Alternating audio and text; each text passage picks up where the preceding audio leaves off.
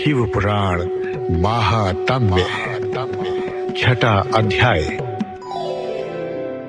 शिव पुराण के श्रवण की विधि। शौनक जी कहते हैं, महाप्राज्ञ सूत जी, आप धन्य एवं शिव भक्तों में श्रेष्ठ हैं। हम पर कृपा कर हमें कल्याण में शिव पुराण के श्रवण की विधि बताइए, जिससे सभी श्रोताओं को संपूर्ण उत्तम फल की प्राप्ति हो। सूत जी ने कहा, मुने शौनक, तुम्हें संपूर्ण फल की प्राप्ति के लिए मैं शिव पुराण की विधि सविस्तार बताता हूँ। सर्वप्रथम किसी ज्योतिषी को बुलाकर दान से संतुष्ट कर उससे कथा का शुभ मुहूर्त निकलवाना चाहिए और उसकी सूचना का संदेश सभी लोगों तक पहुंचाना चाहिए कि हमारे यहाँ शिव पुराण की कथा होने वाली है। अपने कल्याण की इच्छा रखने वालों को इसे सुनने अवश्य पधारना चाहिए। देश देश में जो भी भगवान शिव के भक्त हों तथा शिव कथा के कीर्तन और श्रवण के उत्सुक हों, उन सभी को आदर पूर्वक बुलाना चाहिए और उनका आदर सत्कार करना चाहिए। शिव पुराण मंदिर, तीर्थ, वन प्रांत अथवा घर में ही उत्तम स्थान का निर्माण करना चाहिए। केले के खंभों से सुशोभित कथा मंडप तैयार कराएं, उसे सब ओर फल, पुष्प, सुंदर चंदोवे से अलंकृत करना चाहिए। चारों कोनों पर ध्वज लगाकर उसे विभिन्न सामग्री से सुशोभित करें।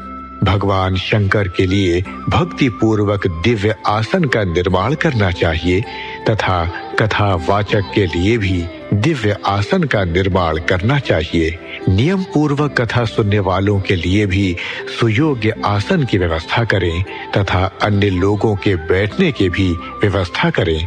कथा वाचने वाले विद्वान के प्रति कभी बुरी भावना न रखें। संसार में जन्म तथा गुणों के कारण बहुत से गुरु होते हैं, परंतु उन सब में पुराणों का ज्ञाता ही परम गुरु माना जाता है। पुराण वेता पवित्र, शांत, साधु, ईर्ष्या पर विजय प्राप्त करने वाला और दयालु होना चाहिए। ऐसे गुणी मनुष्य को इस पुण्यमयी कथा को बांचना चाहिए। सूर्योदय से 3:30 पहर तक इसे बांचने का उपयुक्त समय है। मध्याह्न काल में 2 घड़ी तक कथा बंद रखनी चाहिए ताकि लोग मल मूत्र का त्याग कर सकें। जिस दिन कथा शुरू हो रही है उससे 1 दिन पहले व्रत ग्रहण करें। कथा के दिनों में प्रातः काल का नित्य कर्म संक्षेप में कर लेना चाहिए। वक्ता के पास उसकी सहायता हेतु एक विद्वान व्यक्ति को बैठाना चाहिए, जो कि सब प्रकार के संशयों को दूर कर लोगों को समझाने में कुशल हो। कथा में आने वाले विघ्नों को दूर करने के लिए सर्वप्रथम गणेश जी का पूजन करना चाहिए। भगवान शिव व शिव पुराण की भक्ति भाव से पूजा करें। तत्पश्चात श्रोता तन मन से शुद्ध होकर आदर पूर्वक शिव पुराण की कथा सुने।